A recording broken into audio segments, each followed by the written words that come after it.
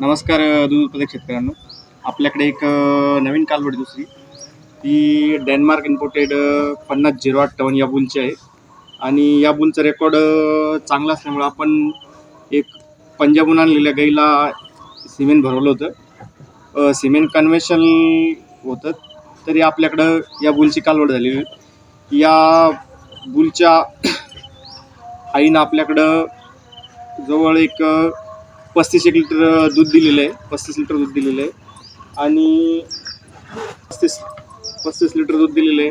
आणि या बुलचा रेकॉर्ड म्हणजे यानं एका वेतात जवळजवळ 13,000 लिटर दूध या बुलचं असल्यामुळं आणि 3.9चा फॅट या बुलचा आहे.